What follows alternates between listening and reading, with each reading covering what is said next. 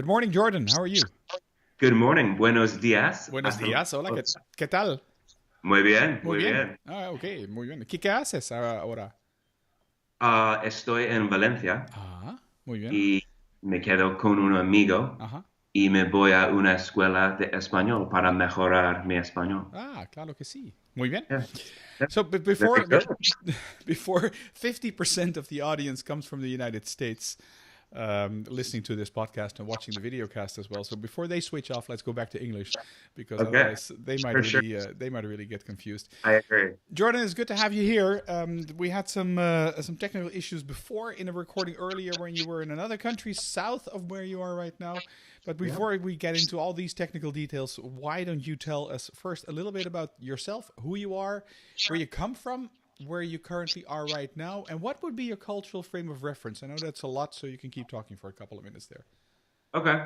My name is Jordan, and Okay. we know each other because I teach Spanish online. Uh-huh. That's what I do for a living. I make Spanish videos teaching Mhm. other English speakers how to speak Spanish on YouTube and then on my website. Uh-huh. And yeah, I'm a kind of just a dude, man. I make my Spanish videos. I travel around. Right now I'm in Valencia. Uh-huh. I came from Hong Kong, and before that I was in Asia, Vietnam, and Japan for a couple months. Yes. Um, yeah, I mean, yeah, I'm a traveler and I'm a Spanish teacher, and I'm just kind of like, I actually just watched a couple of your episodes, and I see that we kind of have the same look at things. I just enjoy learning things, getting a different perspective on the world in some way, whether it's learning something I didn't know before, or whether it's replacing some thought I had because it was a mistake. Whether that could be trivial, like trying a new food in Hong Kong, Yeah. or meeting somebody that like blows my mind politically. Right. So yes, I've just spent the last 7 months traveling around. I was in Spain, and then the technical difficulties we talked about were in Morocco, I think, Yes. and then Vietnam, Yes. and then Yes. Yes. Japan. Yes. But in my cultural frame of mind, did you say? Cultural frame of reference. In other words, have you lived in other countries? I mean, it's like a general question, really, but I Right. think you Okay. have. Yeah, I have. Well, I'm 38, white, grew up in Florida. That says something right there. All In right, the, you you know, grew up in Florida there, yeah. grew up in Florida. I was born in Ohio, but I moved to Florida when I was 11. So I basically am from Florida.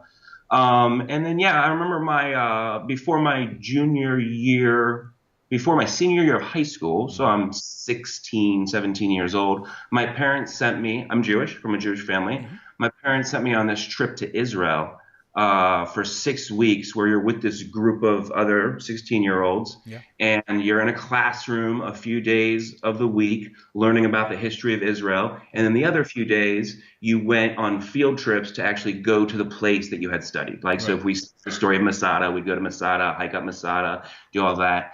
And that was a big point in my life. But I remember before that trip, right before that trip, for no reason, I was in New York City to catch the airplane, and my aunt lived there. So the custom was all my siblings and I, we went and stayed with my aunt for a couple of days before Right. our Israel trip. And we were in some big bookstore, and it was probably some famous bookstore that I just wasn't aware it was famous.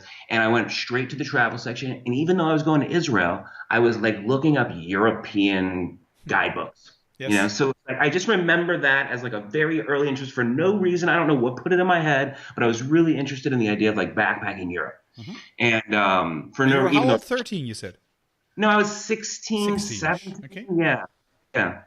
So yeah, that just sticks out in my head. I went to Israel, had an amazing time, and it really affected my life because I had a group experience. I was with these other kids from all over the country, and it was just like a college dorm, basically. Like, you meet your friends, you get your cliques, you meet girls, you do things, Yeah. get in fights, all this stuff. So yeah, so that was my first real taste of it.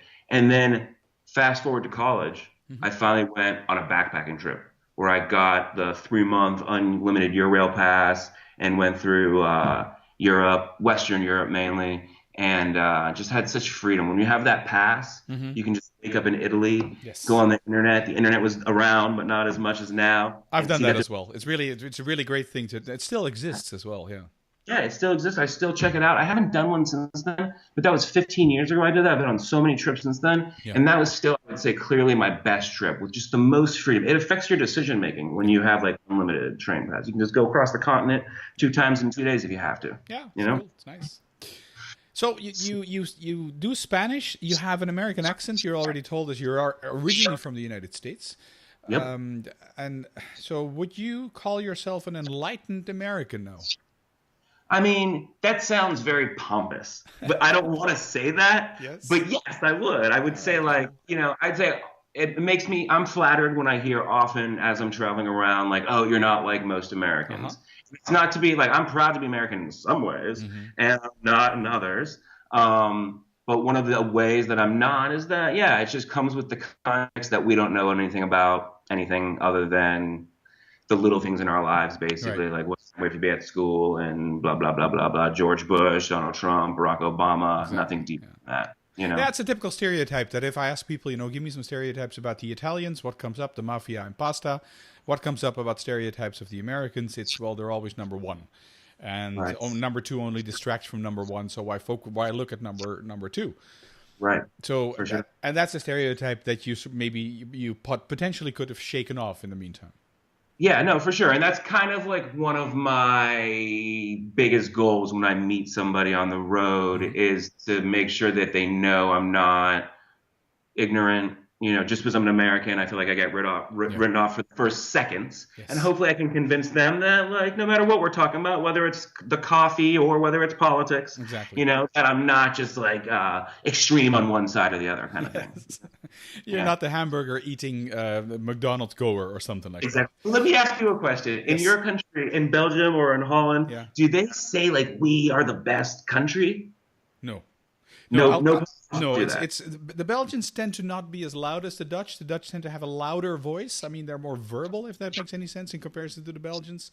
And to give you an example back, if that makes any sense, if you go to the Dutch army, which used to be a draft army, it's not anymore. It's a professional army. So I was drafted in 100 years ago. And if the emblem, if you want, which is on your shoulder, and I'm showing it to the camera here, it has a lion. And it has a lion, and it has 7 arrows. It holds 7 arrows, this lion. The 7 arrows signify the 7 provinces of the Netherlands from the 17th century. So there's an essence of equality there already within the country. So an egalitarian look already. And then underneath, it says... I will stand fast, or something, if I translate it to English. But it doesn't say so in Dutch. It says so in French. So it says so in French, je maintiendrai. That's a horrible pronunciation. Je maintiendrai. That's a better pronunciation. And that means I will stand fast, something like that. So the way the Dutch identify within their army is actually using another language, a French language, which I've always found really strange, And if you ask a Dutchman, sing me the national anthem, they come with sentence 1 and that's it. Then they go hum hum hum because they don't know anymore. So I don't think the Dutch are the proudest people of their country. I think Americans are by far more proud of their countries. Right. No, and that's my perception too. I just wasn't sure exactly what they said, even Gert Wilders or what his crazy things are. Yes. So it's in the introduction that we've just heard before. Actually, you and I started talking. You say that you went to Barcelona for the first time in 2000, in the spring of 2000, right? Yeah. And then you saw like funny meats and stuff like that, and stuff you didn't recognize and thought was scary, etc. Exactly. So what made you go to Barcelona in the first place? What was that? Why did you go there? And that was the first time I was seeking out a place for me to practice Spanish in real life, because I was doing, after that backpacking trip that summer that I was talking about a minute ago, I ran into the streets with this girl back in my university by luck, and she had been at my university back in the United States, and she was doing what Europeans call Erasmus. We call it just study abroad, I think, most of the time. And she was doing it in Haarlem in the Netherlands, and we were in Amsterdam at the time. And so I went to her residence, which was this really nice church in Haarlem that was kind of gutted out and made real modern into a dormitory, and just saw her life as an Erasmus student in Holland. And I went back to school in Florida and changed my major so that I could do Erasmus and still graduate on time. So I did my last semester of university ever, Erasmus, I lived in Zandvoort, which is outside of Haarlem, basically, on the beach in the Netherlands. Yeah. And this was our first 1 week break.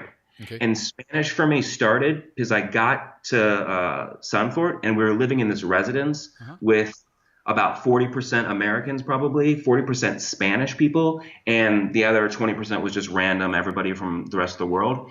And I saw the Spanish. I was with the Americans at first, basically, because we spoke English, they spoke Spanish. Their English wasn't great. Our Spanish was non-existent.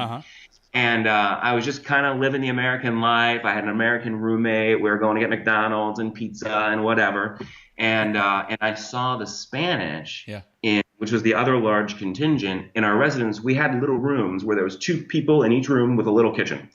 But the Spanish would each make like a piece of dinner or a piece of lunch in their room. And then at the end, all combine in one room, move all the furniture out of the way and have a big party dinner together. Not every night, but basically every night. Yeah. And I was like, oh, I want to be a part of that. Like, that looks fun. They had wine, they were dancing, they were doing music. And so that kind of started my whole Spanish thing right there. And I was walking with this girl, Anna, and I couldn't communicate with her one day. And I just said, I have enough. Like, I'm gonna learn Spanish this semester. And that's when I started learning Spanish. So Barcelona was just the first week off we had where I was really going crazy with the Spanish for a few months there.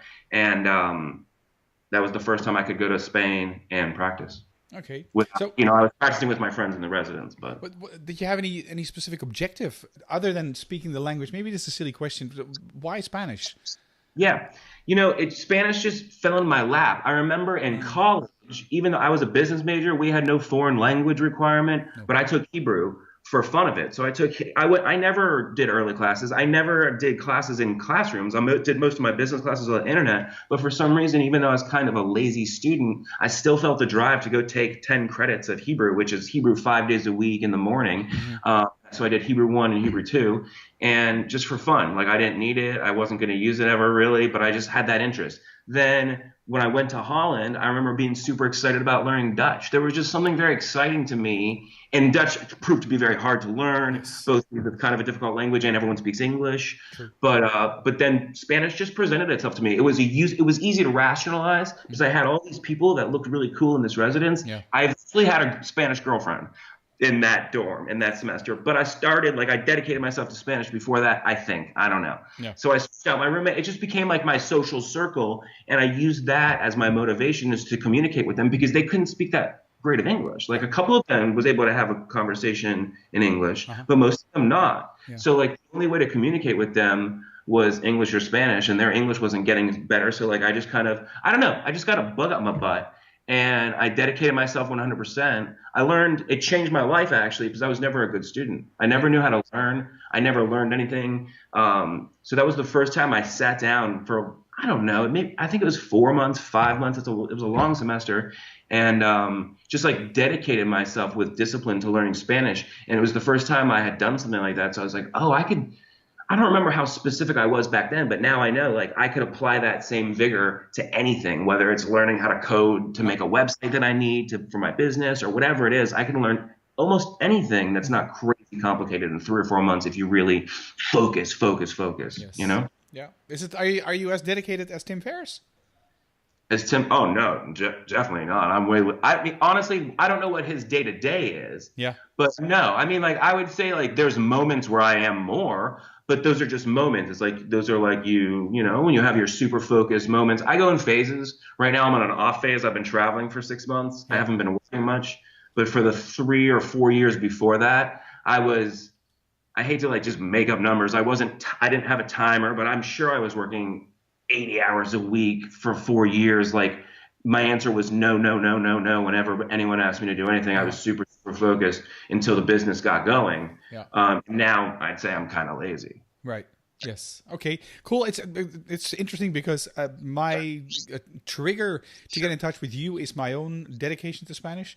I've been trying to learn Spanish for I think the last 30 years or something. Okay. Okay. I mean, start, stop, and if you Right. stop, it's gone. If you don't use it, you lose it. So But does it come back for you when you go? Because I think like it takes so long to learn a language. yeah, That like I think like society has this program, whether it's the Rosetta Stone in America, we have Rosetta Stone as the big Spanish program, but whatever it is, learn Spanish in 3 months. Even just talking to people, the idea is you could go study abroad, and if you live with a family and really immerse yourself in 3 months, you'll be fluent. And it's just not true. I started 15 years ago, and I just enrolled in a Spanish school here in Valencia because my Spanish is still embarrassing. yeah. So it is a journey, and so if it's a journey that's so long, I have it in my head that it has to be kind of start and stop, Yeah. so that when it start, you can go at it, But usually I find that it doesn't disappear though. That it comes back. It disappears a little bit. I'm always rusty when I don't use Spanish after a little while, but it comes back. Okay, fair enough. It's. I just come back. Yesterday I just came back from yesterday. We're recording this on February 22nd for those people listening in the future. Just came back from a 10-day trip to Guatemala, indeed, to learn Spanish. Which was a total immersion. Well, total is a big word because English is such. I mean, I'm native Dutch. Second language would be English. I don't even think, when I speak English, it flows out. And every word of Spanish I need to translate, which is horrible, and I hate it. Right. So I did a 5 days, 5 hour per day class, and then in Antigua, Guatemala, which I'm sure you know, being from the US there. That's so tiring, and indeed, all these websites that claim learn any language in 3 hours or 3 weeks, it's total BS. It's not total true. BS. Yeah. It's total BS. Yeah. So, what would be your level of Spanish at this moment? If are you aware with the European level of languages? I'm not. I know that they exist. That's it. No, I've never done anything formal like that. So they sent me over a test. To go to this school, they give you a test at the beginning to see what level you're at. Yes. And I have I've done these schools a couple times, and I've always been difficult to place. Now this one didn't take their time to like really place it. The other ones I were at it's really small and kind of intimate. This one's more of like a business with a lot of people there, so they didn't take their time. But they sent me over these tests, and I know that like I didn't use this. I don't know exactly when to use the subjunctive. I don't know anything really past the present subjunctive. My vocabulary is limited, so like I talk very well. I can speak very well.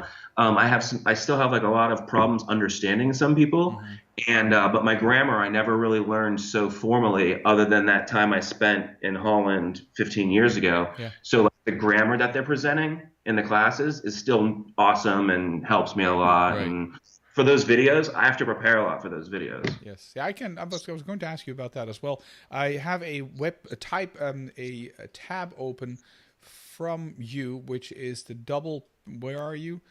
There. Reflexive verbs I'm looking at here, and the other one I have open is the double object pronouns. I mean, that's just that's heavy stuff. It is.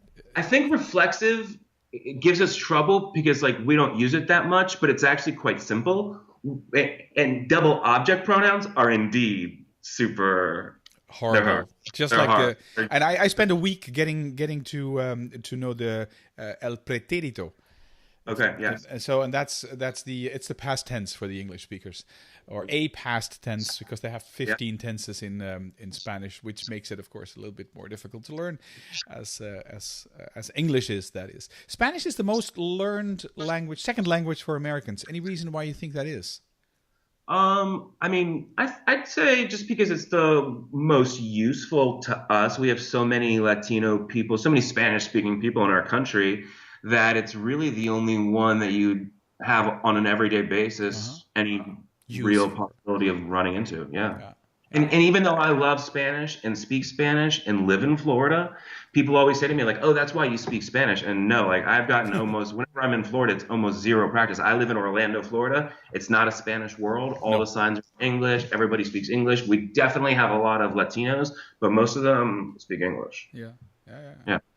I guess that's true. You talked about your videos. How long does that? Because that's there will be a mention on the article, the blog post as well. But where can people find you? Just because we'll talk about videos in a moment. You're the Spanish dude, right?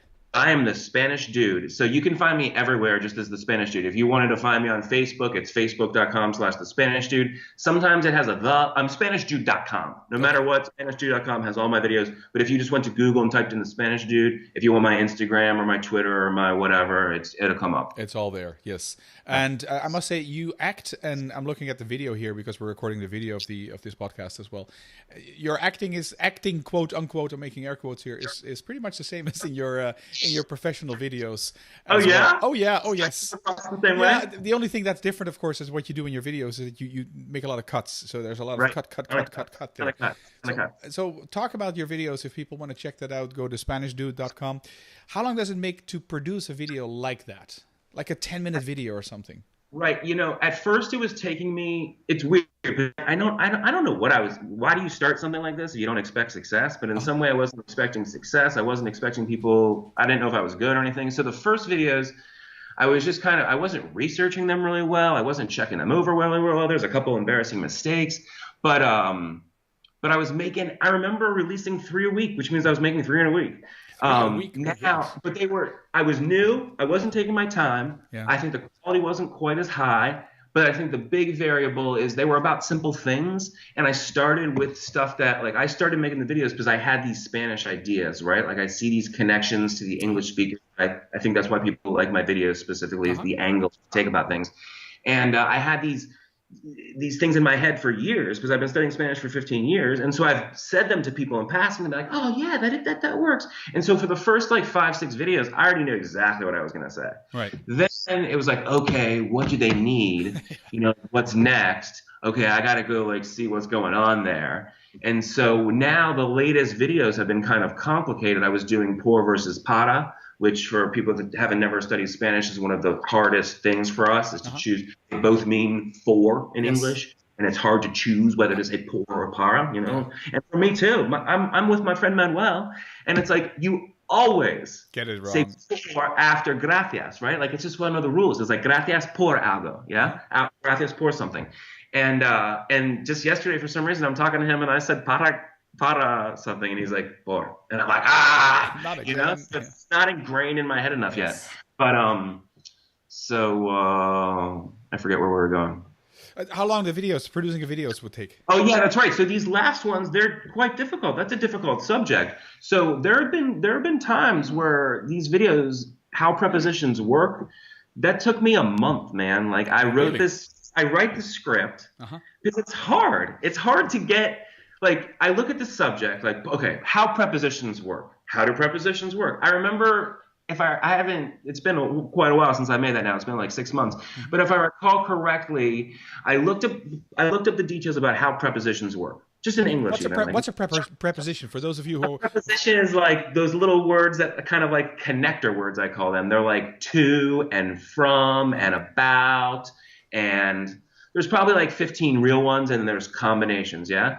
But they're all from those of and to and about. So I looked up how they're working, and I saw that there was maybe 8 kinds of prepositions. So I look at them, and I'm trying to figure out what my angle is. I was a genius because I saw that they're out of the 8, 3 or 4 of them are basically the same. So if I make that one, there's really 4. So I made this whole video, scripted it, shot it, edited it, and my editing takes a long time, and had it all done. And I just wasn't feeling great about it. And I took a walk around a lake, and I was thinking about what I had just shot, and I was like, oh, okay, the angle is prepositions basically work exactly the same in Spanish as they do in English, 90% of the time. Yeah. It's just that the 10% is what's getting all of our attention. Right. So let's focus on that 10%. That's the trick right now. That's how prepositions work. And then I made follow-up videos to get more specific. But I showed lots of examples, if I recall correctly, of all of them working the same. Right. Yeah. So in time span, this took a really long time to sort of grow in your mind as well, and then producing as well. But like an average one, the one I just mentioned, for instance, the double object pronouns. How long did that take to make? Yeah, I don't remember specifically because it's been a couple of years now, but that was, again, a very complicated one. Yeah. So I'd say that probably took me a week or two, at least a couple of weeks, You don't see that. You don't see that when you watch the video as such. Right. Being an American, have Yeah. you? I'm going back to the cultural thing as well, because this is the Culture Matters podcast and not For sure. the Spanish Dude podcast. So, Absolutely. um, being an And American, that's my favorite thing. Spanish is a culture for me. And so like culture is my actual passion, I would say. okay, good, good, good. That's why you're here as well, I guess. I hope. Yeah. Being an American, have the fact that you've traveled so much, have you grown to see the United States differently with all the travels that you've done, and possibly also the fact that you are able to speak another language which most Americans can't? Right. Yeah. No, I mean, I have for sure. When the second you travel as an American, you hear a lot of negative stuff. Mm-hmm. So I remember when I was younger, 15 years ago, after Holland, I went to Spain and did schools and stuff like that. And I remember it was right before 9/11 and right after 9/11, I went home for that period of time. It was that period of time the Intifada was flaring up, and Mm-hmm. America and Europe were kind of at odds with each other, I'd say, politically. The Iraq War was looming, Afghanistan was happening. And so I was in these schools where like all you do is talk all the time, basically, to practice Spanish. Yes. And I remember being like, rah, rah, rah, American, and just saying ignorant stuff and, hearing a lot of perspectives that I had never heard before, basically. Uh-huh. And then I went into like the boo, America's bad, boo, America's bad. Where can I hear about the bad a lot? And talking about the bad is what most Europeans like to hear about. But yeah, like traveling abroad, you hear that kind of stuff. But also, I feel like you seem like an entrepreneurial guy. But I would say, generally speaking, it's much rarer to meet an entrepreneurial European than it is the American. So like that proud thing that we were talking about, Yeah. it's silly. It's silly. It makes me cringe when somebody, whether they're a politician or a friend or anything like that, says we're the best country in the world. And like that might or might not be. It just depends on how you look at it. And the person saying it has never left the country or only knows one country. And I've been to all these countries and I've stayed for months in some, but I would never say that I know how life is there to compare to my life in America that I know so well. So that stuff makes me cringe, but that same pride leads to some good things too. Like I think it's kind of cool that we're like so optimistic about things, and we build businesses. And I know it's like cliche to like point out the stars of like Google and Facebook and all that stuff, but there is this entrepreneurial spirit in the United States. Mm-hmm. And I think a lot of it has to do with that pride, whether it's over optimism or just optimism or whatever it is, yeah. Oh, it's true. Is it something you would advise to all Americans, being able to step outside of your country and then look at your country? Oh, for sure. For sure. I mean, like for me, I think everybody should have every perspective that you could possibly get. I mean, there's infinite, so it's impossible to actually do that. Mm-hmm. But if you're, if you've been somewhere I think it's great to travel and do anything. I mean, the more perspective you have on life, the more accurate your opinions are. The better and the richer you will get as such. Yes. True. Would you consider it's? I'm going back and forth a little bit on the topic of culture and language, but I think language is more than words, and language also has a strong link to the culture as such. If I listen to Spanish music, which I do, because it is a way to again be confronted with the language again. Would you say that Spanish as a language is a very poetic language, more so than English? I'm not the best person to ask because I don't look at it that kind of way. But yeah, I do. I would say I can't compare it to other languages. But yeah, to me, it does seem more poetic. Uh-huh. But foreign things always seem more exotic. Uh-huh. So I don't know if I'm being fair or not, But yeah, if somebody said to me that they surveyed people that like somehow they were English and Spanish was both the foreign languages for that person, so they came from Asia or something, and that was the overwhelming response that Spanish was more poetic, I would say, okay, that makes sense. Okay.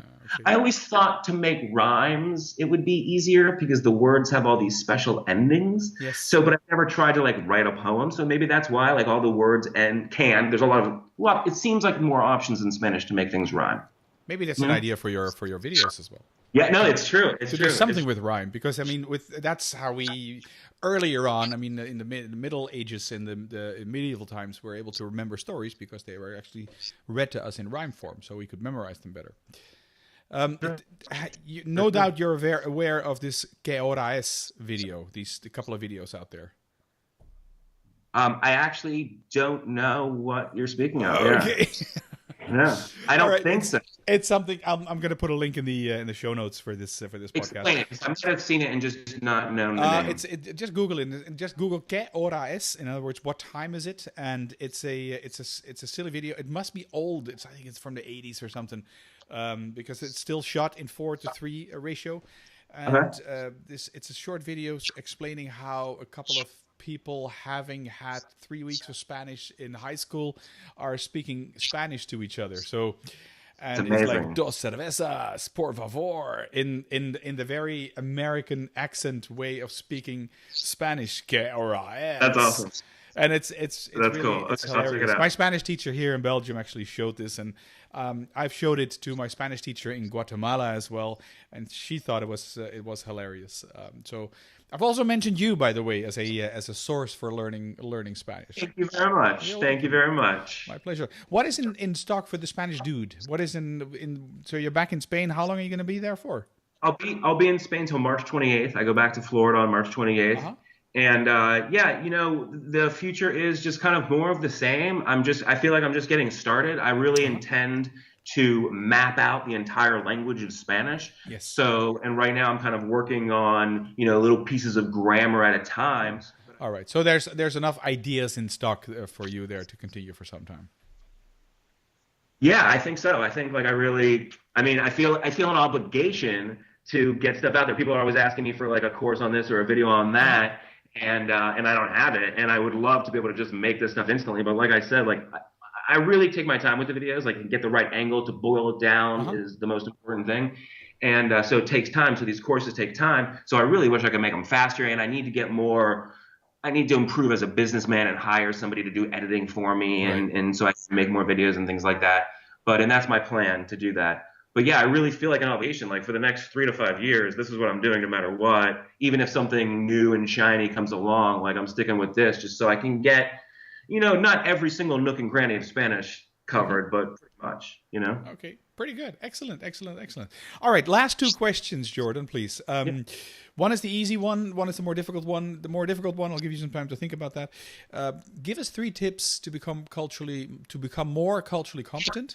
And the last question would be, how can people get in touch with you? So now you've had your time to think about the 3 tips. Okay, so I'll give you the 3 tips first now. Okay. I would say how knowledgeable you are about something. You're always inaccurate, meaning there are different ways to look at something all the time. And so just instead of looking, I remember at some points in my life I was looking out, and some people I travel with these days are always looking out for ways it's better where they come from. Whereas meaning they're kind of like, I'm right, And I'm always looking for ways it's cooler in other places. And it's just fun to compare and contrast. I have this video idea actually to do better or worse. I find things that I think are better than from where I come from, and I find things that I think are worse where I come from, just to have fun and then ask the audience. Okay. But it's just, it's really fun to figure out how you're wrong about something, to get a paradigm shift, to get a different perspective of something, whether it's a food, assume you're wrong, don't assume you're right. Yeah. To get a cultural perspective, is that what you said? Yeah. Yeah. Say yes. You got to say yes. When somebody asks you if you want to take a coffee, when somebody asks you if you want to come over for dinner, when somebody asks you if you want to go see a waterfall, if you say no, you're not going to have any experiences that kind of get you in the way of these, that get you in the path of where the cultural perspective comes from.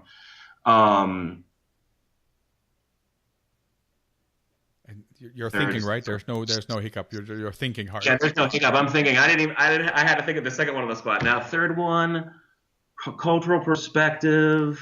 To become more culturally competent, what have you done? Have you learned in your travels? Is something that if I do this, I'll blend in, or I understand it faster. Okay. Better. Yeah. I would say. Okay. Yeah. I would say one of the most influential things for my culture was discovering The Economist magazine. Okay. I don't know if you read it or know it. I read it every week. Yeah.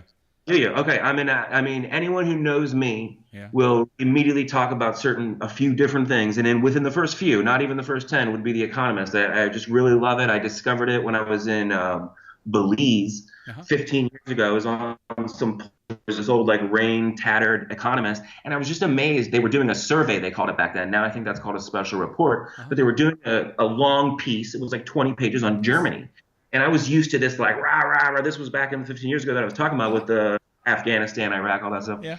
And I was just amazed that they were going at Germany. They were kind of criticizing Germany. Yeah. But then they were also talking next section. Then they would go back to criticizing it. It was just kind of the both sides of it. I was like, oh, this is cool. And I was like really addicted to it. And ever since then, I'm not going to say I haven't missed a week because I've missed some weeks in the 15 years, but very, very few. Yes. I think it's an excellent magazine. Very, very few. I love you. Yeah. And it, yeah. No, okay, well, it's great. I mean, and travel. We're hicking up a little bit, so therefore the conversation is a bit back and forth, or we're missing each other in sync there. But indeed, The Economist is a great magazine. I get it every week on my iPad, which in addition you can also do the audio file, which I think is a great service as well. Sure. So you were just saying, Jordan? I was saying like The Economist is great in combination with traveling because it's kind of like I just kind of view the world from what they give me. You know, every week it's kind of like an update on what's going on the world. And so no matter who I meet, where they're from, I have something to start the conversation with other than the food I just learned about, you know? And to get people talking. So it's really help. And then I say like, hey, this is what I read. Tell me, what you think differently. And it's a great way to travel. It's a great way to meet people when you're traveling. Yes, yeah. Excellent. Good stuff. Jordan, where can people reach you if they want to reach out to you or find you?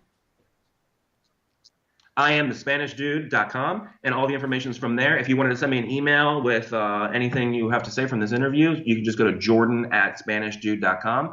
But Google me, Spanish Dude, Facebook, YouTube is my big thing, and email me any Spanish questions you have. All right, I'll do that. Yeah. Might actually end up in giving me private lessons, so be careful with what you say there. I don't do private lessons. Okay. I don't do private lessons. Okay, cool. All right. Sorry. But maybe I'll make an exception for you. I would make an exception for you. We'll try it out. Try it out. All right. I'll be in Spain in a couple of weeks' time, going to Malaga for a little over a week. So if you're around by any chance, pop in for a beer. Okay, that'll be very cool. That'll be very cool. Excellent. Thanks, Jordan, for the interview. TheSpanishDude.com. You can find everything there and in the show notes as well, culturematters.com. Jordan, I'm sure we'll bump into each other in the future. Muchas gracias. Muchísimas gracias. Nada, amigo. Adiós. Adiós. Hasta luego.